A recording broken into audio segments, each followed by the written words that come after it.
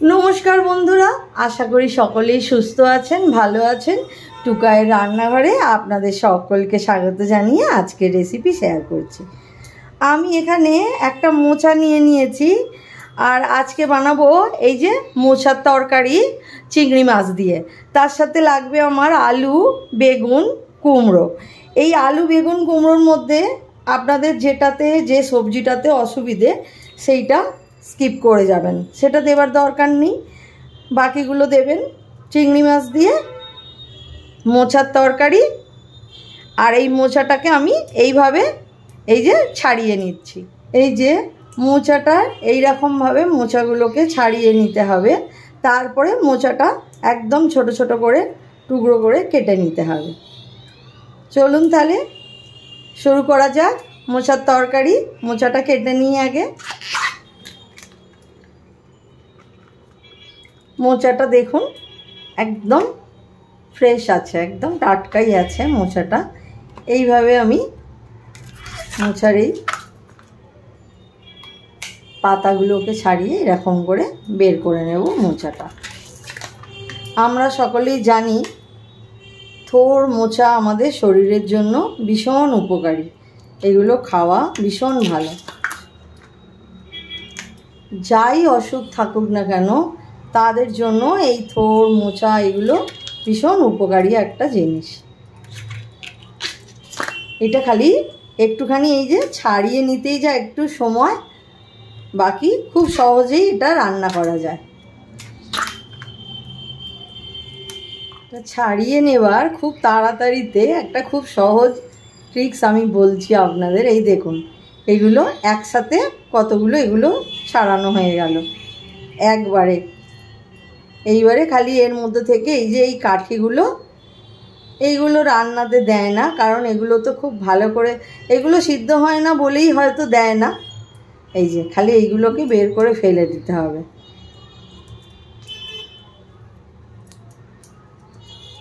মোচাটা আমার পুরোটা ছাড়ানো হয়ে গেছে আর এইটা যেটা আছে এইটা ছাড়াবো না, এটা এরকমভাবে কুচি কুচি করে কেটে নেব। এই যে আমি এখানে এরকমভাবে ছাড়িয়ে নিয়েছি। এইবারে এইগুলোকে এরকমভাবে ধরে আর ছোট ছোট একদম টুকরো করে নিতে হবে আর এইটাকে এরকমভাবে গোল গোল করে কেটে কুচিয়ে নিতে হবে। চলুন তাহলে আমি এরকমভাবে সাজিয়ে নিয়েছি, এটা কুচোনোর সুবিধার জন্য। একদম এইরকম ছোট ছোট করে কুচিয়ে নিতে হবে, সাজানো থাকলে তাহলে তাড়াতাড়ি হয়ে যাবে। গ্যাসটা জেলে কড়াইটা বসিয়ে নিয়েছি আর একটু সামান্য হলুদ এর মধ্যে দিয়ে দিচ্ছি।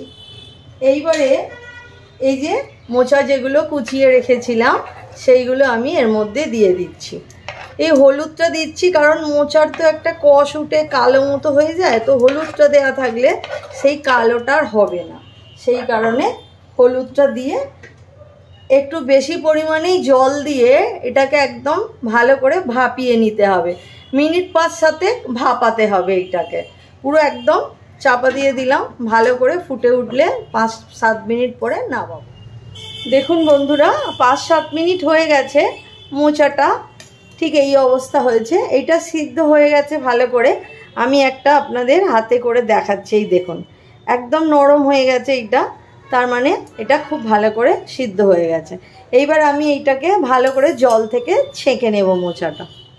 চলুন বন্ধুরা এবারে মোচার তরকারিটা আমি কমপ্লিট করি। এই যে কিছুটা সর্ষের তেল দিয়ে নিচ্ছি, ওই 3-4 চামচের মতো। সর্ষের তেল দেওয়ার পর দিয়ে দিচ্ছি ফোড়নের জন্য একটা শুকনো লঙ্কা ফাটিয়ে নিয়েছি, দিয়ে দিচ্ছি তেজপাতা আর এই যে 5 ফোড়ন, এগুলো সব ফোড়নের জন্য। বন্ধুরা ফোড়নটা আমার হয়ে গেছে ভালো করে। এইবার আমি একটা পেঁয়াজ মাঝারি সাইজে কুচিয়ে নিয়েছিলাম সেটা দিয়ে দিলাম। পেঁয়াজটা একটু ভাজা করে নেব। পেঁয়াজটা অনেকটা ভাজা হয়ে গেছে। আমি এখানে এক টুকরো কুমড়ো ছোট ছোট করে টুকরো করে ধুয়ে রেখেছিলাম সেইটা দিয়ে দিলাম। দিয়ে দিচ্ছি একটা ছোট বেগুন আর দিয়ে দিচ্ছি একটা ছোট আলু টুকরো করে কেটে রেখেছিলাম সেইটা দিয়ে দিলাম।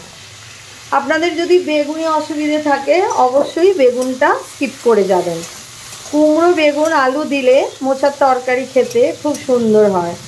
মোচার তরকারি করতে বেশিক্ষণ সময় লাগে না, খালি ওই মোচা ভালো করে ছাড়িয়ে কুটতে, তারপরে সেটাকে সিদ্ধ করতে, এইগুলোতেই যা একটু সময় লাগে। তাছাড়া মোচা খুব সহজে খুব তাড়াতাড়ি রান্নাও হয়ে যায়। আমি এখানে আদা, রসুন, জিরে আর কাঁচা লঙ্কা এটা নিয়েছি। এটা আমি এর মধ্যে ভালো করে বেটে নেব। আর এর মধ্যে দিয়ে দিচ্ছি সামান্য একটু নুন।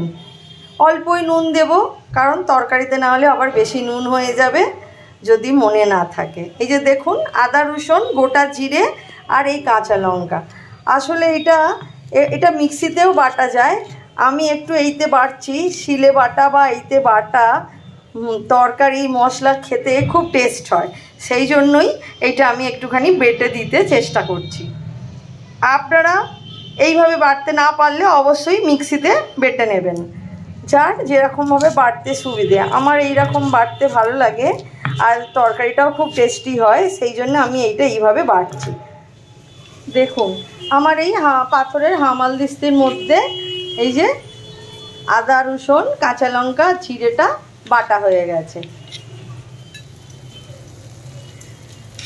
এই যে তরকারির আনাজগুলো সব ভাজা হয়ে গেছে।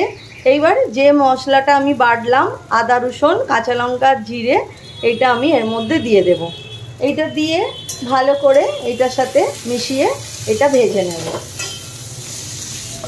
এটা 1 মিনিট 2 মিনিটের মতো একটু নাড়াচাড়া করে নেব। এইবারে গুঁড়ো মশলাগুলো এর মধ্যে দিয়ে দেব। দিয়ে দিচ্ছি হলুদ, ওই 1 চামচের মতো ধনে গুঁড়ো দিচ্ছি।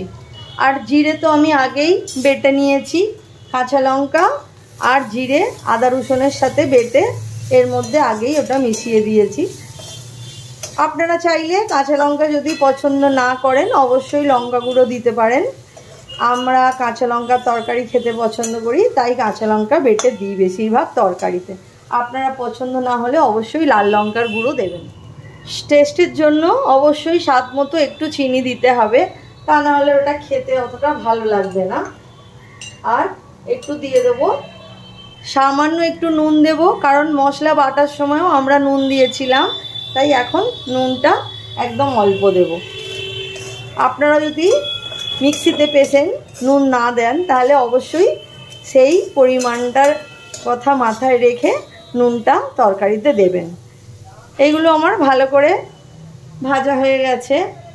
এইবারে এই যে মশলা বাটার জল, এই যে হামালদিস্তি ধোয়ার যে জলটা রেখেছিলাম সেই জলটা আমি দেব।